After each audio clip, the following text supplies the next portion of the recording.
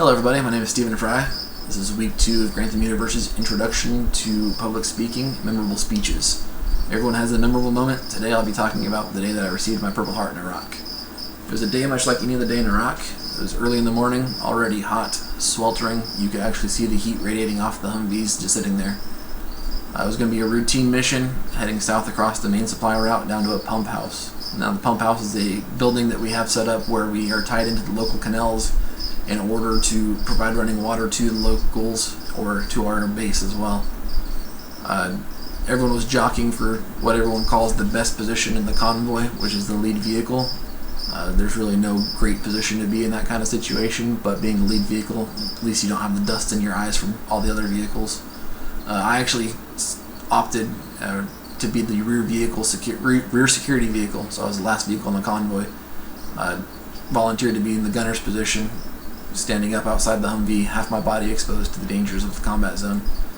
I was going to have a 50 caliber machine gun, medium machine gun on my vehicle. It was going to be the heaviest machine gun that we had available to that convoy that day.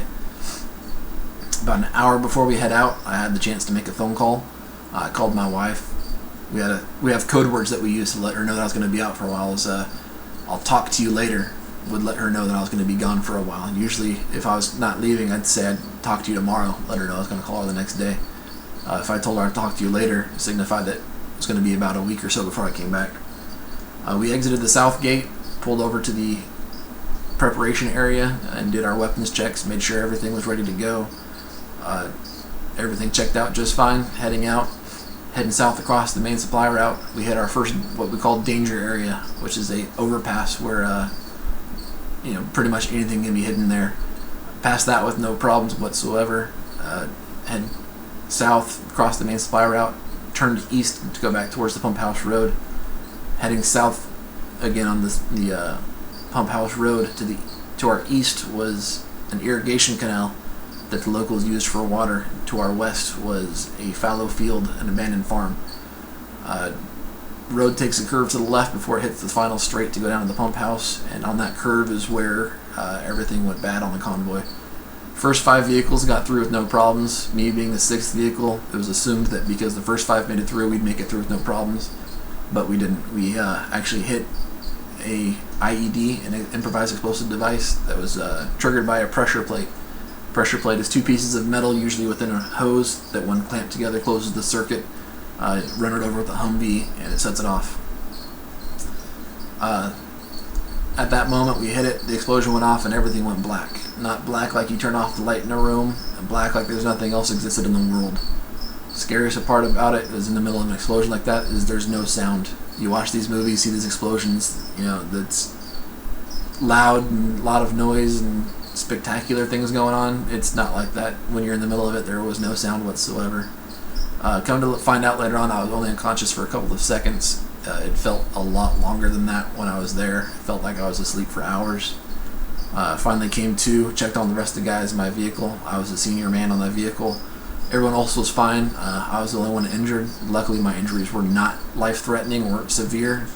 At the time we thought they were pretty insubstantial, but come to find out later on they were pretty substantial. Got out of the vehicle, checked it. The doors were gone, the rear end was gone. My machine gun was actually blown off to the front of the vehicle. We were able to get the mount back together, put the machine gun up there to provide for security. Like I mentioned, it was the largest gun we had on station, so it was it was the best weapon to use for security.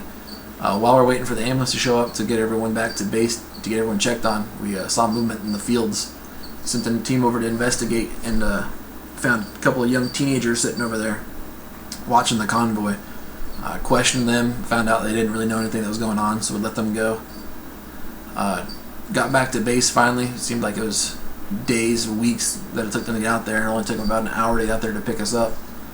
Got back, got rushed over to the hospital, was diagnosed with whiplash, concussion, and a traumatic brain injury.